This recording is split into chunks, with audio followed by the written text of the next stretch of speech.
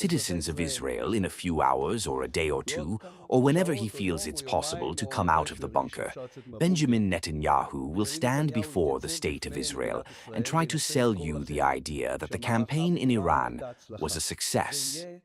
That will be a complete lie. The military did an amazing job. The best air force in the world carried out everything it was asked to do and more. The people of Israel showed national resilience and determination. We inflicted heavy damage on Iran. Precisely because of this, the total failure stands out even more. What happened here is a diplomatic disaster on a scale I do not recall. I was Prime Minister, I was Foreign Minister. I do not remember such a diplomatic collapse. Netanyahu has led us into a strategic collapse no less severe. There was a disgraceful combination of arrogance, irresponsibility, and lack of planning. Negligent staff work, zero attention to the home front, lies that were sold to the Americans and damaged the trust between the two countries, and a military success that turned into a diplomatic disaster. I know these are harsh words, but they are said out of anger and genuine concern about all the possible consequences. Netanyahu arrived at the worst possible outcome. The regime in Iran was not defeated. The Prime Minister deceived the citizens of Israel, deceived his partners, and sold the public, through a series of theatrical press conferences, a strategic plan that did not exist. Israel had no influence whatsoever on the agreement signed last night between the United States and Iran, mediated by Pakistan. They will try to sell you the idea that he had influence behind the scenes, that we were consulted, that there were late-night talks and secret meetings. Know that these are empty lies. Netanyahu has turned us into a client state that receives instructions by phone on matters that touch the core of our national security, and at a critical moment for our security, they pushed him away from the table. The whole world saw this. The entire Middle East saw this at the decisive moment. They downgraded the government of Israel from the level of a strategic ally to the level of a demolition contractor. This government has lost the Democrats in the United States, lost a large part of the Republicans in the United States, and lost Europe. It missed a golden opportunity to establish a military and strategic coalition with Saudi Arabia and the Gulf states. It's time to admit the truth.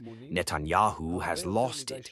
Israel needs experienced leadership, but he is already close to his 80th year. Far too many years in power have dragged us from one disaster to another.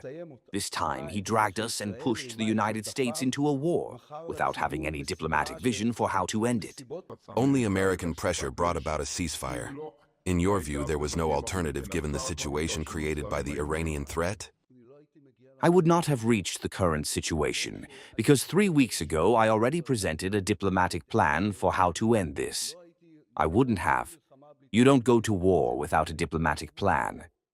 What we saw these past 6 weeks is an incredible show of strength by our military and our society and air force that is the best in the world. Intelligence services with unmatched capabilities, a military that fights with bravery and professionalism, and a nation which is strong and resilient. President Trump and his team have their own considerations, and that's perfectly okay. But from Israel's perspective, this is not the desired outcome. The nuclear program still possesses a threat.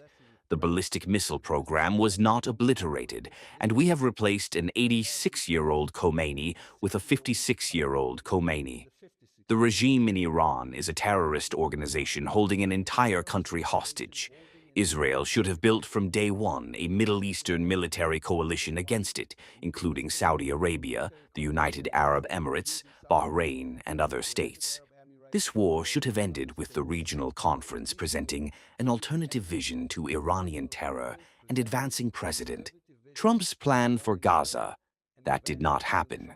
That is what should have happened. This is what will happen under the next Israeli government. And to your question, those brave young Iranians took to the streets last January because of economic reasons. So I think, and I've been saying this since October 2024, that what we should have done is hit the infrastructure of Iran in order to make sure this regime doesn't last economically and therefore doesn't last at all. This would be a great way to help those Iranian people and for regime change. And this is what we should have done. I will say the following. Again, I'm not going to criticize or refer to President Trump's conduct. I will say the following. Israel is an independent country. Israel has its own set of goals. Israel should, I think it was actually the Prime Minister's duty to clarify the fact that Israel's independence is not to be intervened with from outside, even by our greatest allies, and Americans are our greatest allies. So I would say, among other things, I would handle this relationship totally differently.